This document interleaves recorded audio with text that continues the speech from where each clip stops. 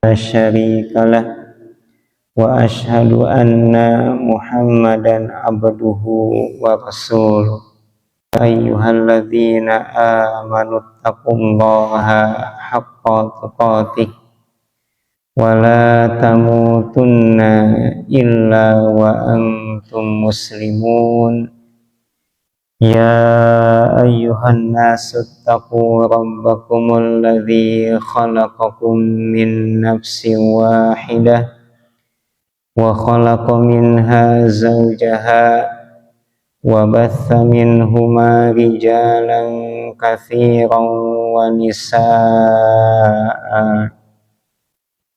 واتقوا الله الذي تساءلون به والأرحام إن الله كان عليكم رقيبا يا أيها الذين آمنوا اتقوا الله وقولوا قولا سديدا يصلح لكم أعمالكم ويغفر لكم ذنوبكم ومن يطع الله ورسوله faqad faza fawzan azima. Puji dan syukur kita panjatkan kehadirat Allah Subhanahu wa ta'ala.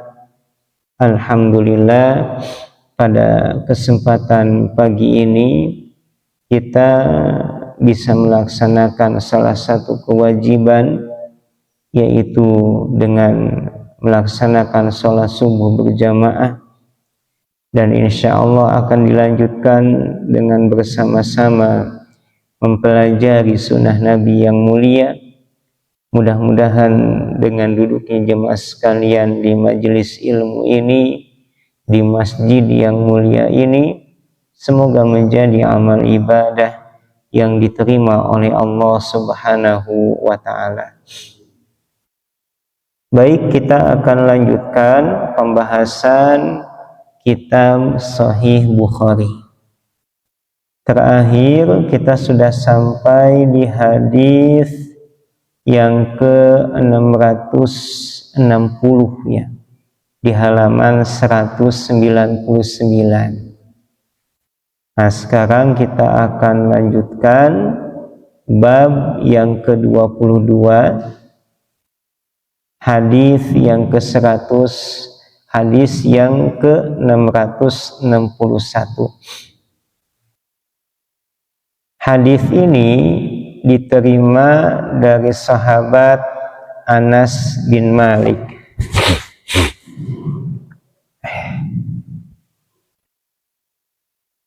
Anas bin Malik, beliau bercerita, mata Ibnu Abi Thalhah, telah meninggal putranya Abu Thalhah. Abu Thalhah itu nama lainnya ialah Abu Umair. Ya, pernah Rasul mendapati Abu Umair ini ketika masih kecil bermain anak burung, ya. Sehingga Rasul pun berkata, ya Aba Umair, ma fa'ala Nugair. Wahai Abu Umair, apa yang dilakukan oleh burung kecilmu itu, ya. Nah, ini Abu Umair itu Abu Thalhah. Nama asli Abu Umair ialah Abu Thalhah. Falamma ra'at imra'atahu, nah ketika anaknya sakit, maka qadarullah, Allah mentakdirkan anaknya ini meninggal dunia. Ya, anaknya ini meninggal dunia. Dan hal itu diketahui oleh istrinya. Diketahui oleh istrinya. Sedangkan Abu Thalhah tidak tahu awalnya. Nah, kemudian ketika Abu Thalhah pulang ke rumah, beliau berkata kepada istrinya, kaifal gulam, bagaimana kabar anak kita tuh? Bagaimana kabar anak kita? Bagaimana keadaannya sekarang? Kemudian istrinya berkata, qad hada'at nafsuhu wa arju ayyakuna qad istaraha. Sekarang, kata istrinya, dia lebih tenang, dan aku berharap dia sekarang sudah bisa beristirahat. Itu kata istrinya. Padahal anaknya Abu Thalha ini sudah meninggal dunia. Ya tentunya Abu Thalha menganggap bahwa kayaknya anaknya itu sudah baikan, ya, sudah pulih dari sakitnya. Kemudian pada saat itu istrinya pun menyiapkan hidangan makanan, ya, memasakkan makanan buat Abu Thalha. Sampai di malam itu keduanya berhubungan badan. Sampai berhubungan badan. Falamma arada ayakhruja a'lamathu. Ketika Abu Thalha hendak keluar rumah, istrinya memberitahukan keadaan anaknya itu. Dalam riwayat yang lain, istrinya berkata kepada Abu Thalha ini, bagaimana kalau ada seseorang meminjam barang tetangganya, lalu dia tidak mau mengembalikannya, bagaimana penilaian kamu? Kata Abu Thalha, ya harus dia mengembalikan barangnya itu, lantaran itu bukan miliknya.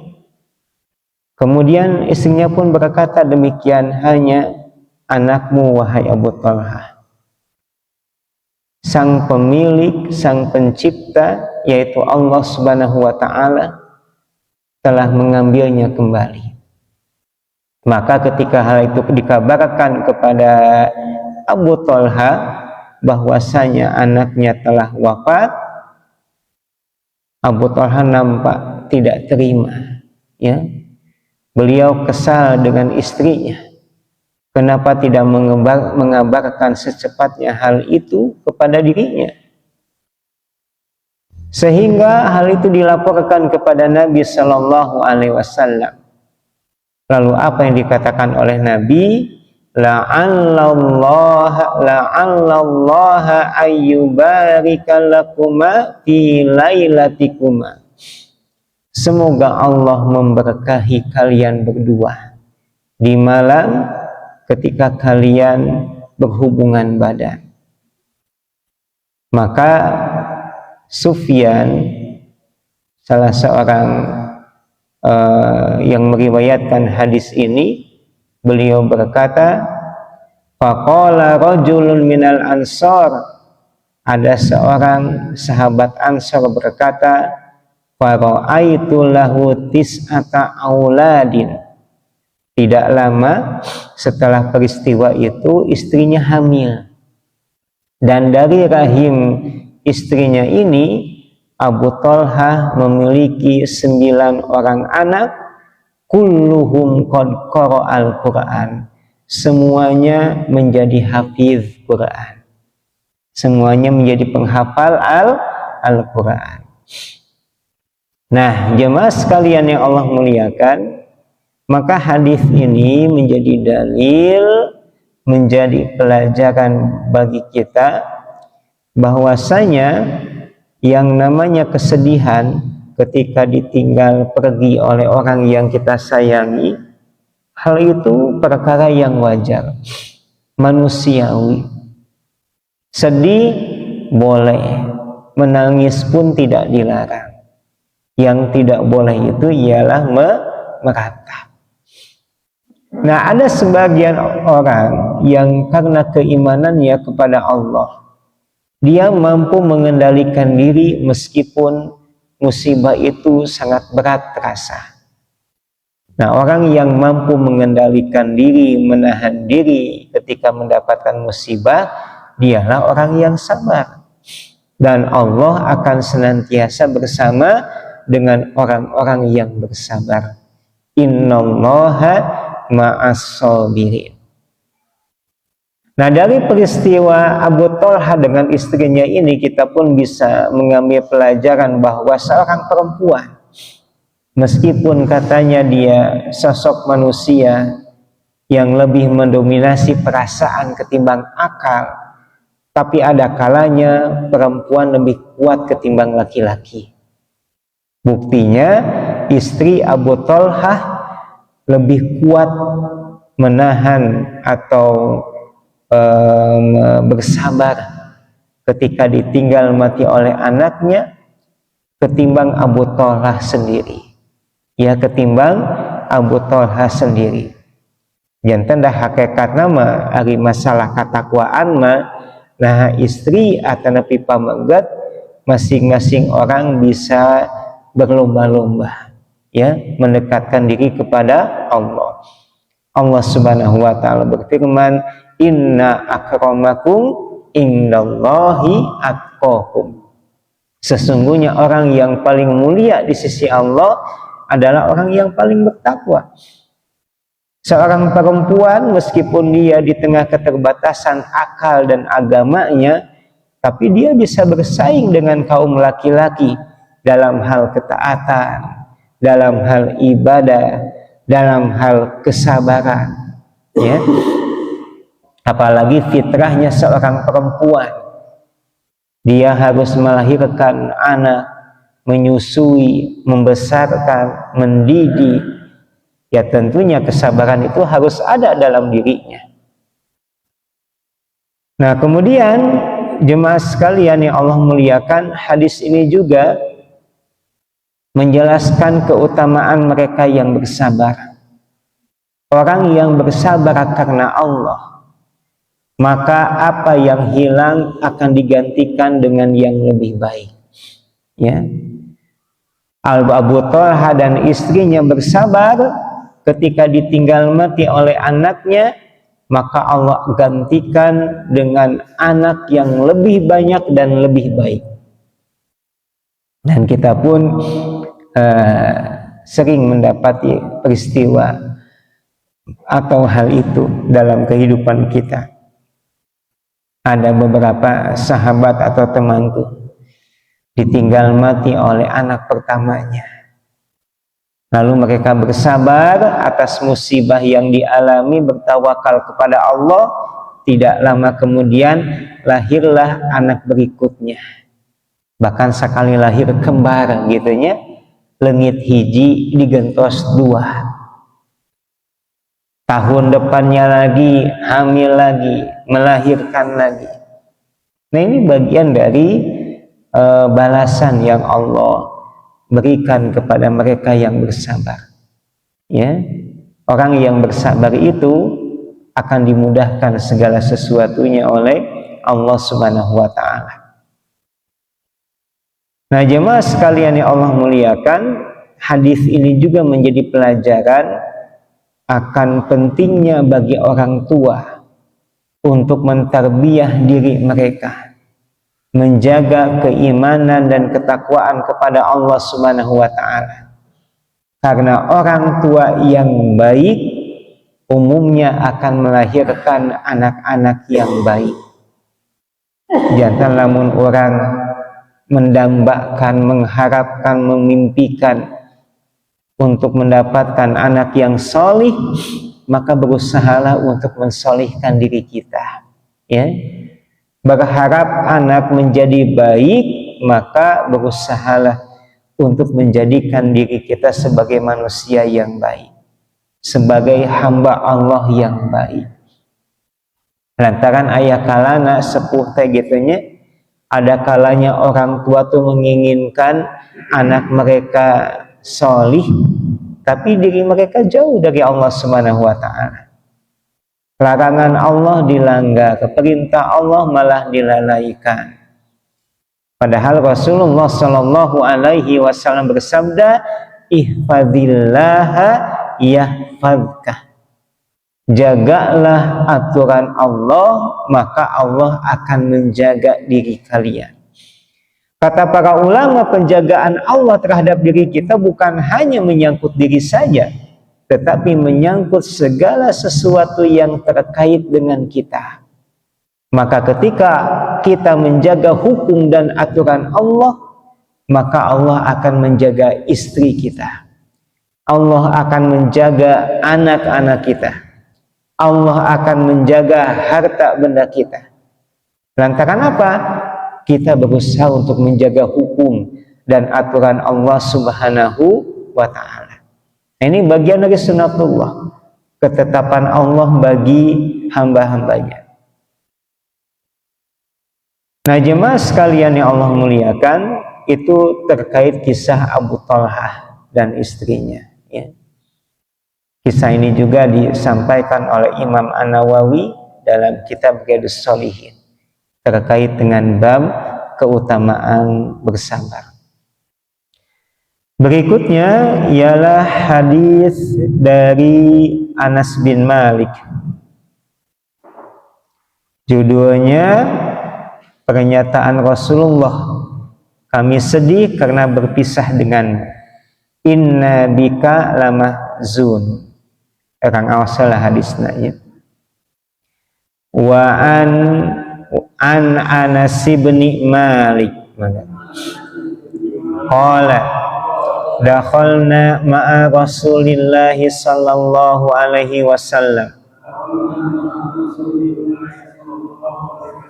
ala Abi Saifin al-Qaini wa kana dhi'ran li Ibrahim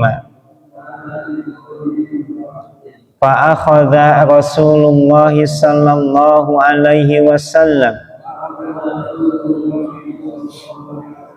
Ibrahim faqabbalahu wa shammahu thumma dakhalna alaihi ba'da dhalika wa Ibrahimu yajudu binafsihi faja'alat aina Rasulillahi sallallahu alaihi wasallam tadrifan faqala lahu Abdurrahman ibn Auf wa anta ya Rasulullah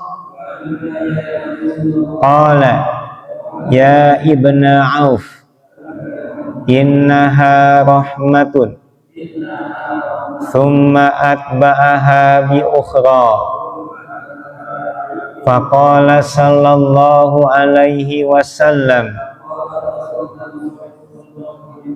innal aina tadma'u wal qalba yahzanu wa la naqulu illa ma yarda rabbuna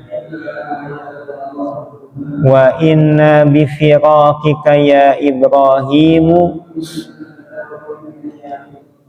la mahzunu. Ya, Pak Ridwan boleh diterjemahkan.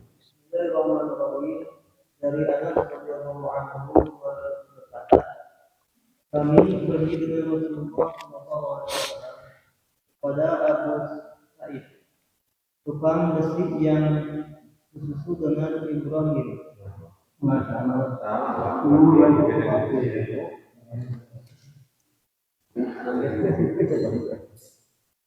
Hadis keberapa? 662. Aku menemui Abu Said ini bersama Rasulullah SAW. Dia adalah wanita yang menyusui Ibrahim, putra beliau. Beliau menggendong Ibrahim, memeluk dan menciumnya. Setelah beberapa lama kami mengunjungi lagi, yaitu ketika Ibrahim telah meninggal dunia. Kedua mata beliau mengalirkan air mata. Abdurrahman bin Auf berkata, engkau menangis wahai Rasulullah. Beliau bersabda, ini adalah air mata kasih sayang. Maka itu mengalirkan air mata dan hati bisa bersedih. Dan kita tidak mengatakan apapun kecuali yang diridhoi Allah, Tuhan kita. Dan sesungguhnya berpisah dengan engkau wahai Ibrahim sangat menyedihkan. Iya. Jadi Anas bin Malik ini bercerita terkait wafatnya putra Nabi, salah satu putra Nabi yang bernama Ibrahim. Jantan Rasul teh ngagaduhan tilu murang kali pameget. Tiluanana ngantunkeun nalika keur alit keneh gitunya. Dua dari rahimnya Khadijah, yaitu Qasim dan Abdullah. Kemudian satu Ibrahim yang kisahnya kita baca pagi ini. Cuman Ibrahim mah itu dari istri beliau yang bernama Maria al-Qibtiyah. Nah, sama Ibrahim juga meninggal dunia ketika masih kecil, ya. Jantan murangkali Rasul teh sadayana 7 gitu ya. 3 orang laki-laki dan 4 orang perempuan. Ketika Rasul meninggal dunia, itu yang tersisa hanya Fatimah putrinya. Sedangkan 3 putrinya yang lain itu sudah meninggal ketika Rasul masih hidup. Jadi ketika Ibrahim meninggal dunia, ya Anas bercerita, dakhalna ma'a Rasulillah, kami masuk bersama Rasulullah, ala Abi Saifin al-Qaini, kepada Abu Saif al-Qaini, wa kana dhi'ran li Ibrahim, beliau adalah dhi'ran. Hari dhi'ran teh ayah yang menjadi suami dari ibu yang menyusui, ya, ibu yang menyusui kita, ya ini bukan ibu kandung, kemudian punya suami. Nah, suaminya itu bernama Abu Saif al-Qaini. Tsumma dakhalna alaihi ba'd. Kemudian setelah beberapa waktu, beberapa saat, kami pun masuk melihat kondisi Ibrahim. Wa Ibrahimu yajudu binafsihi, dan nampak pada saat itu Ibrahim yang masih kecil sedang dalam keadaan ya sulit, ya. Nampak sekali beliau Ibrahim ini ya akan meninggal dunia, ya, terlihat akan meninggal dunia, ya judu binafsihi. Faja'alat aina Rasulillahi tadrifa, maka ketika Rasul melihat putranya ini dalam kondisi seperti itu, dalam keadaan kritis, istilah orang namanya, dalam keadaan kritis, Rasul pun mengeluarkan air mata. Beliau menangis, dan hal itu disaksikan oleh sahabat, diantaranya ialah Abdurrahman bin Auf. Maka Abdurrahman pun berkata, wa anta ya Rasulullah, ya Rasul. Ya mungkin Abdurrahman melihat bahwa tangisan ini ya seakan-akan tidak menerima takdir Allah Subhanahu wa ta'ala. Bukankah Rasul selama ini melarang kepada manusia, ya, untuk meratap, untuk menangis dan lain sebagainya? Tapi kenapa Rasul sendiri melakukan hal itu? Beliau menangis karena kematian putranya. Lalu Rasul pun bersabda, ya Ibnu Auf, wahai Ibnu Auf, innaha rahmatun, sesungguhnya tangisan ini adalah rahmat. Sesungguhnya tangisan ini sebagai pertanda lembutnya hati seseorang. Tsumma atba'aha bi ukhra. Kemudian Rasul pun menangis kembali. Lalu beliau bersabda, innal aina tadma, sesungguhnya yang namanya mata itu mengeluarkan air atau mengeluarkan tangisan. Wal qalba yahzanu, dan hati bersedih. Dan ini bagian dari fitrah ketetapan yang Allah berikan kepada hamba-hambanya. Wala naqulu illa may yarda rabbuna, dan tidaklah kita berkata melainkan apa yang diridhoi oleh Allah. Jantan tangisan wajar, kesedihan wajar, dan Allah akan melihat saat musibah melanda apa yang kita ucapkan, apa yang kita perbuat. Dan tidaklah kita berucap atau berkata ketika mendapatkan musibah melainkan apa yang Allah ridhoi, dengan mengucapkan inna lillahi wa inna ilaihi raji'un. Lalu Nabi pun bersabda, wa inna bi firaqika ya Ibrahim lamahzunun. Wahai Ibrahim, kata Rasul, kami bersedih dengan kepergianmu, kami bersedih dengan perpisahan, ya, dengan kematianmu, dengan kepergianmu. Bi firaqika, berpisah dengan Ibrahim, itulah kesedihan yang dialami oleh Rasulullah Sallallahu Alaihi Wasallam.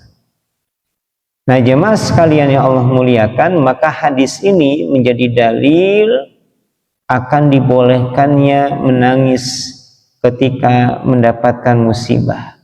Boleh, ya. Bahkan dugi ngangguk-guk oge tesawios, gitu ya. Tong ditahan-tahan. Lantaran air mata itu diciptakan oleh Allah Subhanahu wa taala untuk dikeluarkan. Da aya kalana manah teh ngemplong nalika air mata ini udah keluar. Ya. Oleh karenanya kalau ada orang berkata kepada kita, aduh meni hoyong ceurik, mangga weh ceurik gitu. Tong ditahan-tahan. Lantaran air mata ini Allah ciptakan untuk dikeluarkan, kan gitu ya.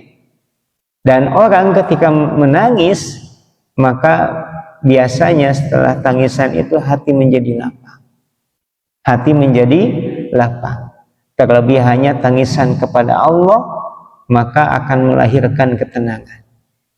Seperti hanya kalau kita tahajud gitu ya, berdoa, bertaubat kepada Allah tanpa terasa air mata berlinang, maka dipastikan selesai tangisan itu kita akan merasakan ketenangan, bahkan kenikmatan yang luar biasa yang belum pernah kita rasakan sebelumnya. Bahkan tangisan ini menjadi sebab seorang hamba dijauhkan dari api neraka. Tangisan ini menjadi sebab seorang hamba mendapatkan naungan di hari kiamat. Bukankah di antara 7 golongan yang akan mendapatkan naungan di hari kiamat itu adalah orang yang menangis karena Allah, orang yang takut karena Allah, ya. Tapi aya kalana tangisan dia teh keluar pada unsur manusia, hal yang fitrah yang Allah tetapkan bagi hamba-hambanya. Di antaranya ialah ketika mendapatkan musibah, ya.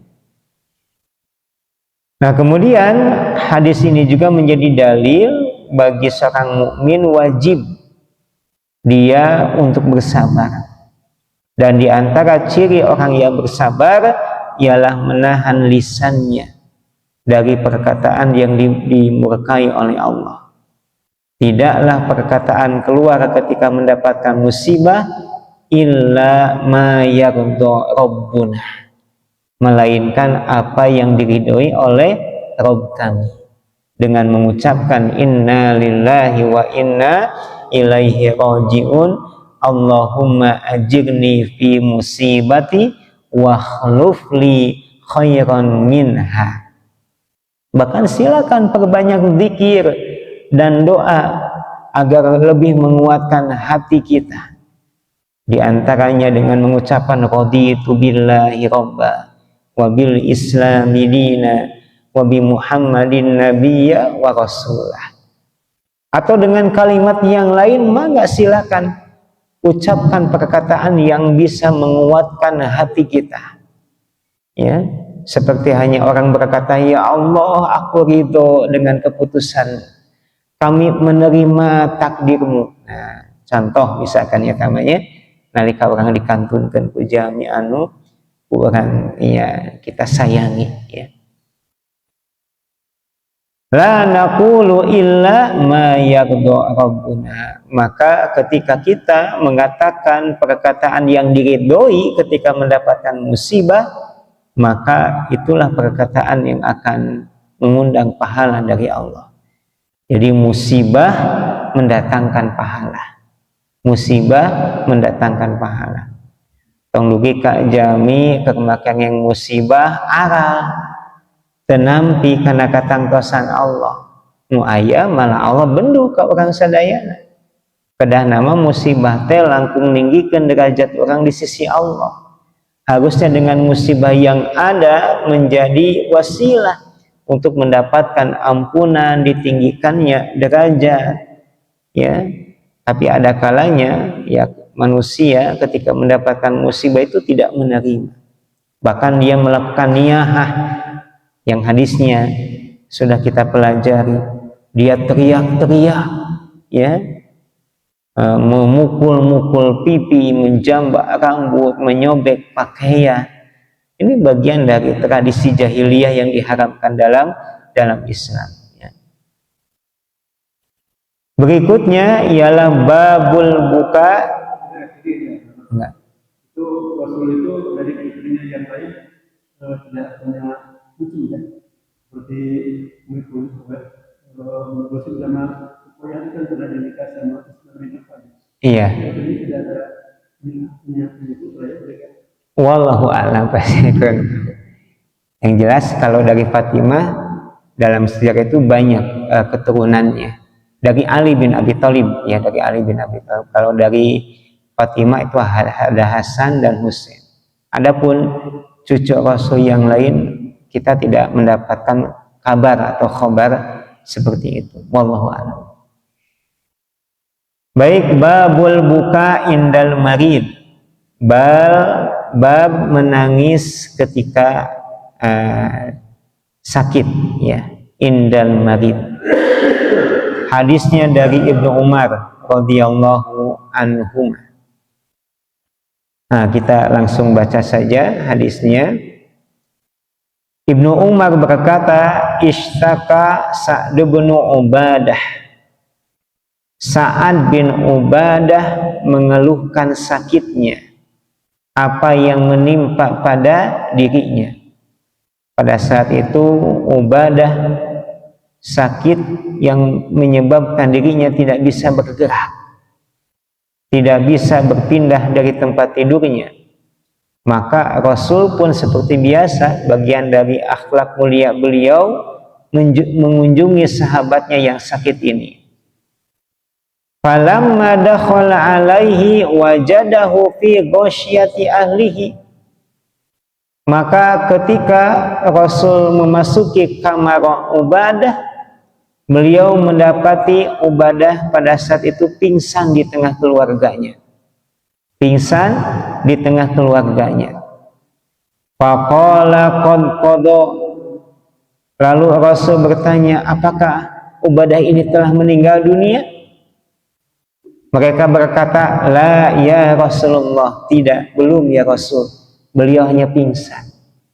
Nah, ini menunjukkan bahwa Rasul tidak mengetahui perkara yang gaib.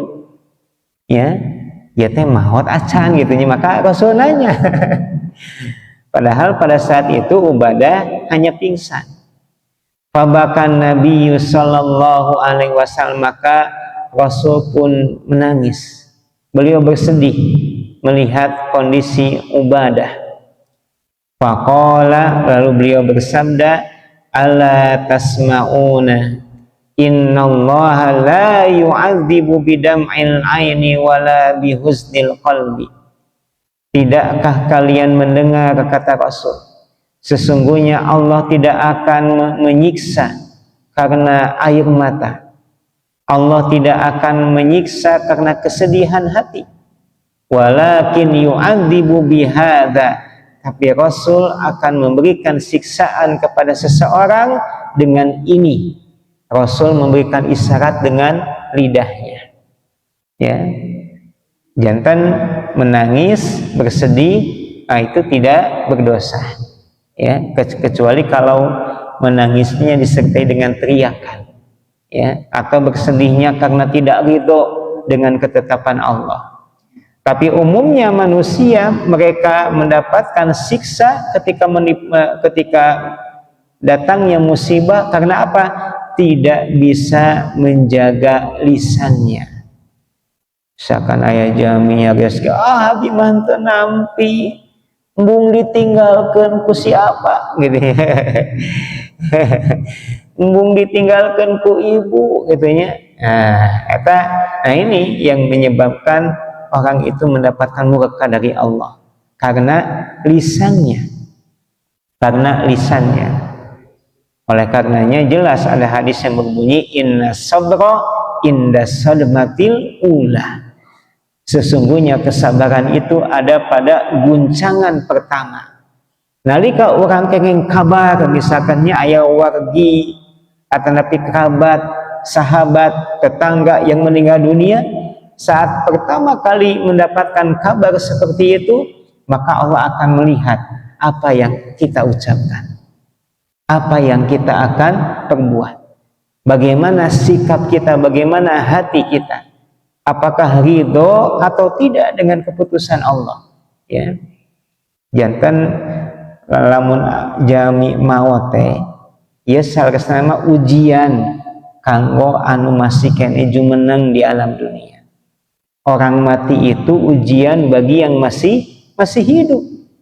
Ada kalanya orang yang hidup mendapatkan siksa karena orang mati. Ada kalanya orang yang masih hidup mendapatkan siksa dari Allah karena orang yang sudah meninggal dunia. Apa sebabnya? Karena tidak bisa menjaga lisannya.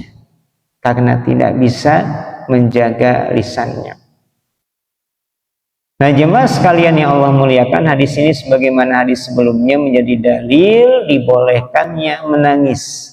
Bahkan menangis bukan karena ada orang meninggal, menangis melihat orang yang sakit pun boleh, ya. Ninggal rencang teh damang gitu nya repot karunya gitu kan teh terus dugi ka nangisna teu sawios, itu tidak berdosa. Dan itu pun dilakukan oleh Rasulullah sallallahu alaihi wasallam. Beliau menangis ketika melihat kondisi Ubadah saat dia sakit keras, ya. Nah, berikutnya ibu bapak yang Allah muliakan, bab yang ke-25. Babu ma yunha anin nauh wal buka wazajri an dzalik. Bab dilarang meratap, menangis dalam artian disertai dengan teriakan, dan larangan atau peringatan akan hal itu. Dan larangan meratap ini hukumnya haram, ya, hukumnya haram sebagaimana telah dijelaskan di hadis sebelumnya. Orang awasalah hadisnya ti Ummu Atiyah. An Ummi Atiyata qalat akhadha alaina an-nabiyyu sallallahu alaihi wasallam indal bai'ati alla nanuha fama wafat minna imra'atun ghaira khamsi niswatin ummi Sulaimin wa ummil ala wa banati abi sabrah imraati mu'adzin wa imraataini awi banati abi sabrah wa mraati muadzin wa mraatin ukhra. Ya, Kak Iman boleh diterjemahkan. Diriwayatkan dari Abu bahwa Rasulullah bersabda, apabila kalian melihat jenazah, jika kalian tidak berjalan mengikutinya, maka hendaklah berdiri hingga rombongannya. Bukan Kak. Hadis yang ke-664 yang di atas. Diriwayatkan dari Ummu Atiyah radhiyallahu anha, dia berkata, pada saat Bai'at kami diambil janji untuk tidak meratap. Tidak ada dari kami yang menyikapinya kecuali 4 orang wanita. Ummu Sulaim, Ummul Ala, putri Abi Sadra, istri Mu'ad, dan istri Mu'ad yang lain. Iya. Dari Ummu Atiyah radhiyallahu anha. Beliau berkata, akhadha alaina nabiyyu, Rasul membaiat kami, ya, meminta kami untuk berjanji. Apa yang diminta oleh Rasul kepada Ummu Atiyah dan rekan-rekannya? Alla nanuha, jangan meninggikan suara ketika menangis, ya, nggak boleh teriak-teriak. Fama wafat minna imra'atun ghairu khamsin, maka tidaklah yang wafat di antara kami, yaitu wanita yang hadir, melainkan 5 orang yang ikut berbaiat kepada Nabi, ya. Maka disebutkan dalam hadis ini siapa saja orangnya. Nah, jemaah sekalian yang Allah muliakan, hadis ini menjadi dalil akan haramnya niyahah, ya. Dan Rasul pernah membaiat secara khusus kepada kaum perempuan agar mereka jangan melakukan niyahah. Bahkan sebagian ulama memasukkan niyahah atau meratap ini kepada bagian dosa besar. Itu bagian dari dosa besar, masuk ke dalam al-kabair. Dalam riwayat yang lain dari Abu Sa'id, Rasul bersabda, Sa'id beliau berkata, la'ana Rasulullah melaknat an-naihah wal mustami'ah. Rasul melaknat wanita yang melakukan niyahah.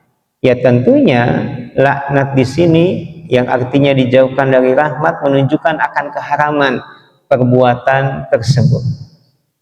Nah, jemaah sekalian yang Allah muliakan, kalau Rasul saja membaiat kaum perempuan agar jangan meratap ketika mendapatkan musibah, ya tentunya kita juga harus menyampaikan hal ini kepada istri kita, kepada anak perempuan kita, karena merekalah manusia yang boleh jadi mudah guncang ketika mendapatkan ujian.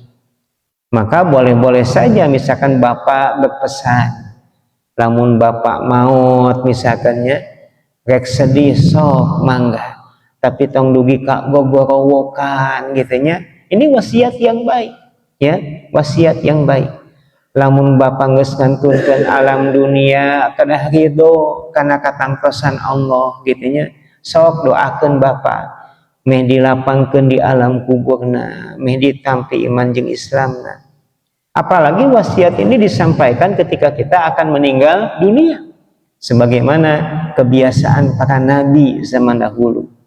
Saat akan meninggal, ya, mereka mengumpulkan keluarganya, memberikan wasiat. Dan wasiat yang paling utama ialah terkait dengan takwa, terkait dengan ketakwaan kita kepada Allah Subhanahu wa Ta'ala. Baik jemaah sekalian, untuk sementara kita cukupkan sampai hadis yang ke-664. Insya Allah akan dilanjutkan di Sabtu yang akan datang, dan besok kita akan melanjutkan kajian tafsir Al-Quran. Baik, kita tutup dengan kifaratul majlis. Subhanakallahumma wa bihamdika asyhadu an la ilaha illa anta astaghfiruka wa atubu ilaik. Wassalamualaikum warahmatullahi wabarakatuh.